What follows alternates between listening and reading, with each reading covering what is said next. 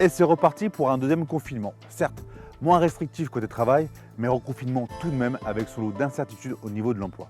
Alors qu'attendre de cette période d'attentisme? Que faire pour dynamiser le marché de l'emploi et comment préparer son avenir au monde d'après lorsque cette crise sanitaire ne sera plus qu'un mauvais souvenir?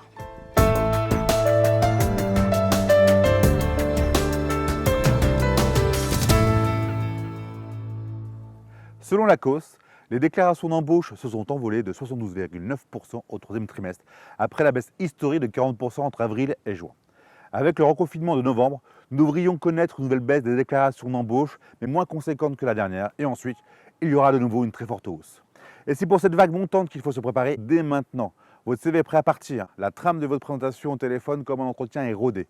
Il ne reste plus qu'à postuler aux annonces qui vous correspondent. Je vous encourage à être actif dans vos recherches car vous optimisez ainsi vos chances de trouver un poste vraiment intéressant et plus rapidement. Même si c'est pour commencer dans 2 mois. Ce qui est le cas chez la plupart de mes clients qui ont décalé la date d'intégration mais pas les processus de recrutement.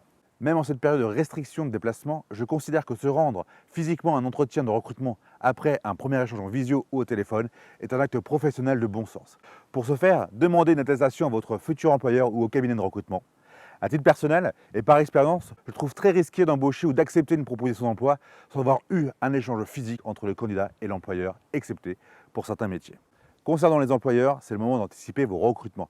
Je sais, vous allez me dire que vous n'avez pas de visibilité, que c'est prématuré d'investir, qu'il est préférable de contrôler ses charges.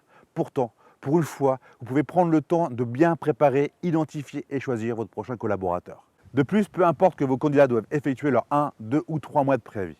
Et dans ces moments compliqués, profitez du peu de positif qui est que pour une fois, le temps est de votre côté. J'interpelle de nouveau le gouvernement et tout spécifiquement Bruno Le Maire pour leur proposer d'instaurer le chèque recrutement exclusivement pour les TPE-PME afin de relancer le marché de l'emploi de manière exponentielle.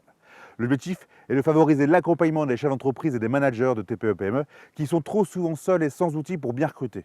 Les dirigeants seront tellement absorbés par leur métier qu'ils auront encore moins de temps à consacrer à leur recrutement. Le risque, c'est qu'ils vont se précipiter dans leur choix et ou mettre des mois et des mois avant d'intégrer, ralentissant ainsi le bon fonctionnement et la croissance de leur société. Alors, chers candidats, soyez optimistes et opportunistes. Les entreprises vont recruter en masse en 2021. Soyez prêts dès maintenant pour passer un entretien de recrutement en visio et convaincre vos futurs employeurs. Et vous, chers employeurs, anticipez vos besoins en nouveaux talents. Soyez accompagnés et conseillés dès maintenant et prenez le temps de bien recruter. L'heure de casting coûte très cher.